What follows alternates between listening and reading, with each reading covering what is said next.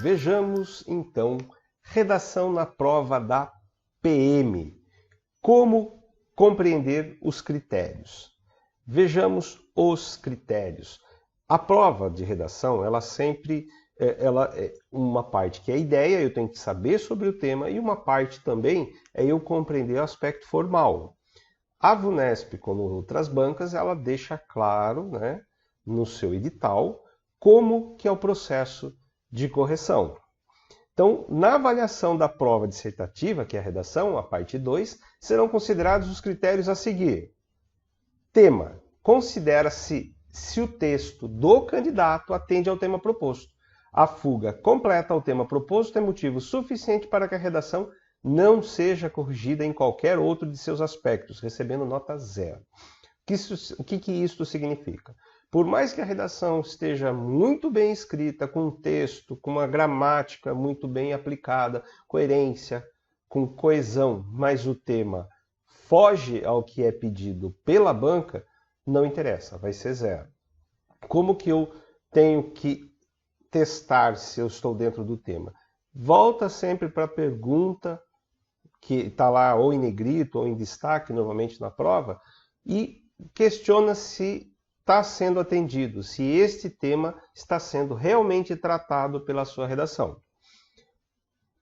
Estrutura, que é gênero ou tipo de texto, e também a parte de coerência. Consideram-se aqui conjuntamente os aspectos referentes ao gênero, tipo de texto proposto e a coerência das ideias. Gênero, tipo de texto. Nada mais é do que a nossa boa e velha dissertação.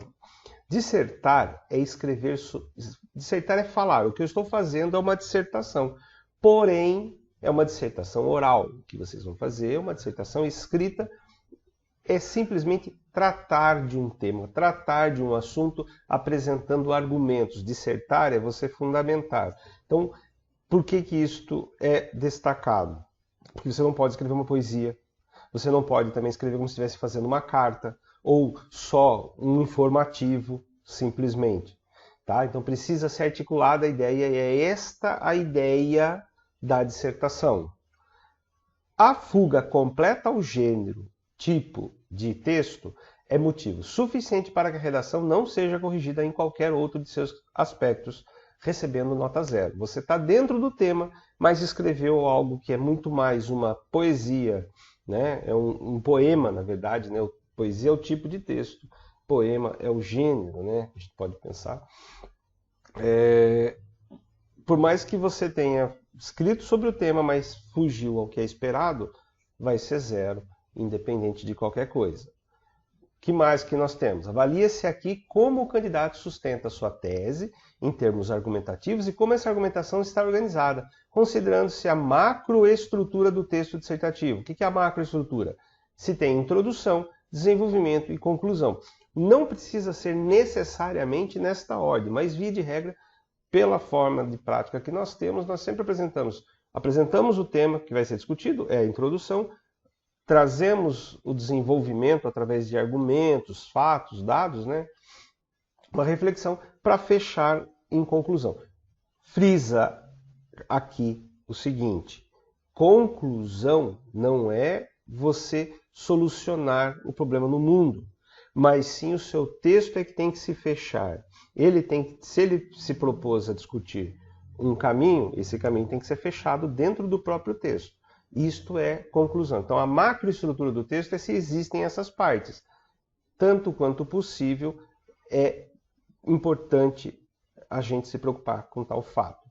No gênero tipo de texto, avalia-se também o tipo de interlocução construída. Por se tratar de uma dissertação, deve-se prezar pela objetividade. Sendo assim, o uso de primeira pessoa, do singular, e de segunda pessoa, seja singular ou plural, poderá ser penalizado. Então, o uso do eu, e eu estou tratando como você, o interlocutor, eu posso mencionar na forma de leitor. Você, caro leitor, mas aí é muito difícil, eu tenho que ter uma habilidade muito grande para fazer esse jogo dentro do texto. Então, é preferível o quê? como está dizendo, não use a primeira pessoa do singular. Se tiver que usar, é a terceira pessoa, né? Ele, ela, o assunto, a situação, ou usa o nós, né? Podemos, pensamos, se olharmos com tal visão. Então, procura sempre a primeira pessoa do plural, que é o que eles mais esperam. Será considerado aspecto negativo a referência direta à situação imediata de produção textual. E o que eles estão dizendo que é isso, essa mesma situação imediata de produção textual? Como afirma o autor do primeiro texto, por mais que está lá na coletânea oferecida, nos textos oferecidos para ler, como motivador, não é para você dizer, olha, eu li e estou falando aqui, ó, como disse o... Não. Articula, usa a ideia do autor dada no texto para leitura e inclui no seu texto, não fazendo menção, né? Então, como afirma o autor do primeiro texto da coletânea do texto 1, qualquer uma dessas menções não são bem-vindas. Assim como solicitado nesta prova ou proposta de redação. Não é para fazer menção à própria prova, tá? O texto é para ser uma dissertação como se vocês estivessem escrevendo para um leitor genérico, e esse leitor genérico, que vai ser o corretor, ele precisa ter essa sensação. O que mais que nós precisamos saber? Na coerência, será observada, além da pertinência dos argumentos mobilizados para a defesa do ponto de vista, a capacidade do candidato de encadear ideias de forma lógica e coerente, ou seja, tem que ter progressão textual. Serão considerados aspectos negativos a presença de contradições entre as ideias, a falta de partes da macroestrutura dissertativa, a falta de desenvolvimento das ideias ou a presença de conclusões não decorrentes do que foi previamente exposto. Então, deixei tudo num pacote só nesse trecho. Ó. Coerência é se as ideias, se eu estou defendendo um argumento, tudo que eu trouxer tem que ser em favor dessa defesa. Tá? Não adianta eu falar que eu sou a favor e trazer só elementos contra. Então, isso é coerência, isso é contradição de ideias. Então, eu tenho que ter clareza. Significa que eu só posso trazer argumento daquilo que eu estou defendendo? Não. Eu posso trazer o argumento contrário para eu rebater, para eu ponderar. Ou se eu não quero defender nem o sim, nem o não, eu trago argumentos para o sim, argumentos para o não e falo, olha, isso é uma decisão que tem que ser tomada com o tempo, com o estudo e tal. O que é preciso é ter coerência, não ter contradição nesses argumentos. E tem que ter progressão. Os argumentos têm que ter... Este argumento leva a este, que leva a este, e tanto quanto possível ter continuidade e ter progressão textual. Não adianta eu falar, é importante tal coisa, e paro de mencionar como se não esqueço que eu mencionei essa tal coisa. Tá? Então eu tenho que ter continuidade e progressão. É aspecto negativo as contradições, a falta de partes da macroestrutura. Não adianta eu não apresentar o tema, eu já começar com argumentos. Tá? Eu tenho que localizar o meu leitor, por isso está dentro da coerência também, porque o meu leitor tem que se situar dentro do meu texto. E também, como tá falando, eu falei da progressão, ali, a falta de desenvolvimento das ideias, ou presença de conclusões não decorrentes do que foi previamente exposto. Então, o que você vai apresentar na conclusão tem que já ter aparecido, pelo menos supostamente, dentro do texto. Certo? O que mais? Expressão. Este item é a coesão e a modalidade. Consideram-se neste item os aspectos referentes à coesão textual. O que é coesão? Como que eu amarro o meu texto. E ao domínio da norma padrão da língua portuguesa. Então, na expressão, é como o meu texto está sendo apresentado, qual a qualidade dele, gramatical, quais os recursos que eu estou usando. Na coesão, avalia-se a utilização dos recursos coesivos da língua, que são as anáforas, as catáforas, substituições, conjunções, etc., de modo a tornar a relação entre frases e períodos e entre os parágrafos do texto mais clara e precisa. O que é a anáfora? Se eu já mencionei, eu falei fulano de tal afirma tal coisa. Quando eu digo ele, esse ele se refere ao fulano de tal que eu já mencionei. Quer dizer, isso é uma anáfora. Ou catáfora. Como podemos perceber nos argumentos ou na lista tal, ou eu estou anunciando o que eu vou especificar na frente. Então isso é uma catáfora. Substituição é quando ao invés de eu usar, eu uso o nome da pessoa, depois eu uso dizendo que é presidente, eu digo que é pesquisador, eu digo... Então, estas substituições eu mostro que eu consigo não repetir, né? Eu tenho qualidade e isto amarra muito bem o meu texto. O uso de conjunções é primordial. Se eu consigo usar adequadamente um mas, um porém, um embora, né? O por isto, tanto que... Então, a conjunção é um elemento crucial para dar qualidade ao meu texto. Tá? Por quê? Porque daí torna clara a minha ideia e a relação entre as palavras. Serão considerados aspectos negativos as quebras entre frases ou parágrafos e o emprego inadequado de recursos coesivos. Então, não adianta nada eu usar uma conjunção, mas não tem nada a ver as ideias que elas estão conectando. Tá? Então, se eu uso um mas, o que vem depois do mas tem que ser algo contrário ao que foi dito antes, porque é uma conjunção adversativa. Salvo se eu usar o não só, mas também. Daí o mas também é uma adição. Então, também tem que ter coerência, né, entre as ideias. Se eu estou usando uma conjunção que é uma adição, o que tem que ser são duas coisas que se unem. Então, não adianta só usar sem qualidade. A questão é só eu estar sempre me perguntando se está certo ou não. Na modalidade, que é a parte da escrita, a gramática, serão examinados os aspectos gramaticais, como ortografia, morfologia, sintaxe e pontuação, bem como a escolha lexical, que é a precisão vocabular. Se eu sei usar muito bem um sinônimo, se eu sei usar uma palavra, não adianta eu usar porque é bonita, mas não faz sentido. E o grau de formalidade e informalidade expressa em palavras e expressões. O que é isso?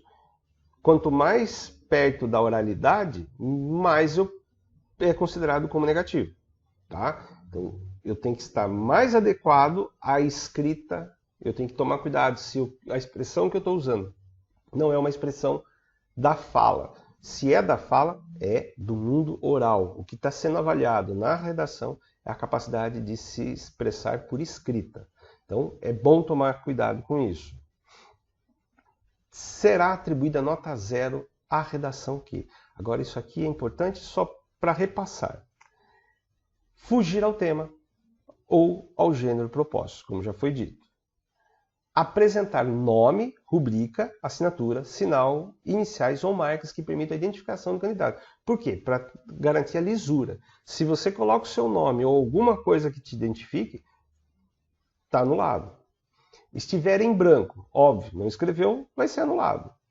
Apresentar textos sob forma não articulada verbalmente, tipo fazer uma tirinha, fazer um desenho, ou números, ou sei lá, só palavras que não se conectam. For escrita em outra língua que não a portuguesa. Né? Apresentar letra ilegível e ou incompreensível. Aqui o que eu tenho que ter cuidado? Minha letra é feia? É feia, não tem problema se ela é feia ou se ela é bonita. O que tem que ser é legível. Seja traço feio ou não, o que importa é que o meu corretor, o meu leitor, ele entenda o que está sendo escrito ali. Tem que ser claro o que é um A, o que é um E, um I. E, assim como o M, o O, B, P, todas as letras têm que estar com clareza. Tá? Então não é por estética, mas é por funcionalidade. O meu corretor tem que entender o que eu estou escrevendo. Senão, o prejuízo é, além do aspecto psicológico, emocional, que é o corretor cansado, tendo que se esforçar para ler um texto com letra bem ruim, né, bem difícil, ele tende a ser afetado psicologicamente na correção. Apresentar o texto definitivo fora do espaço reservado para tal. Isso é uma questão de organização dentro da prova. O que mais que faz anular? Apresentar 7 linhas ou menos sem contar o título. Tá? For composta integralmente por cópia de trechos da coletânea ou de quaisquer outras partes da prova. Então não é só fazer uma cópia ali. Apresentar formas propositais de anulação, como impropérios, que é palavrões, né? Trechos jocosos, é só tirar sarro, ou a recusa explícita em cumprir o tema proposto. Observações importantes que a VUNESP traz para a gente. Cada redação é avaliada por 2 examinadores independentes e quando há discrepância na atribuição das notas, o texto é reavaliado por um terceiro examinador independente. Quando a discrepância permanece, a prova é avaliada pelos coordenadores da banca examinadora. O que está dizendo isso? Que não é só ao acaso, não é só uma pessoa que avalia. São 2 que não sabem que estão vendo a mesma prova. Então, quer dizer, eles não comunicam entre si. Se tem discrepância, é estabelecido um critério lá, né? Deu tanto de diferença entre as notas de um para outro, uma terceira pessoa tem que olhar essa prova para ver o que pode estar acontecendo. Se essa terceira pessoa avalia e ela chega numa nota que é intermediária e se aproxima, e se percebe por que estava tendo discrepância, pega a média dessas 3 pessoas. Agora, se ainda assim continuar a discrepância, vai para quem chefia a banca. O espaço para rascunho no caderno de questões é de preenchimento facultativo e, em hipótese alguma será considerado na correção da prova dissertativa pela banca examinadora. Então, rascunho é para você rascunhar, não é isso que vai ser considerado como redação. A nota do critério que avalia o tema só será atribuída a partir do que estiver escrito no corpo do texto. Portanto, qualquer elemento relacionado ao tema que esteja presente apenas no título não será considerado. Não adianta dar um título muito bom dentro do tema, mas não tratar o tema na redação. Então, o título não entra na contagem de nota enquanto tema. Textos curtos, com apenas 15 linhas ou menos, serão penalizados no critério que avalia a expressão. Ou seja, vai ser corrigido? Vai, mas quanto menos eu escrever, menos nota eu ganho. O que é ideal? O ideal é um texto de 20 a 25 linhas. Né? Para quê? Porque tem um espaço, eu não corro o risco de ser... Aí também depende do tamanho da letra, mas eu tenho que ter concisão. A minha redação tem que estar em boa condição de leitura. E 20 a 25 dá para eu discorrer, falar de boas ideias, apresentar uma boa proposta, o corretor entender, né, se eu tenho domínio ou não, fica mais fácil para ele. Tá? As propostas de redação da Fundação VUNESP apresentam uma coletânea de textos motivadores que serve como ponto de partida para a reflexão sobre o tema que deverá ser abordado. Textos compostos apenas por cópias desses textos motivadores receberão 0 e textos em que seja identificada a predominância de trechos de cópia em relação a trechos autorais terão a nota final diminuída. Tá? Então, saber usar o que é oferecido. Tá? Estes são os elementos principais, estes são os cuidados que a VUNESP nos apresenta e eu tenho que ter clareza destes critérios na hora de fazer a minha redação. Darei novas dicas em outro vídeo a fim de que possamos fazer a melhor prova possível. Até o próximo!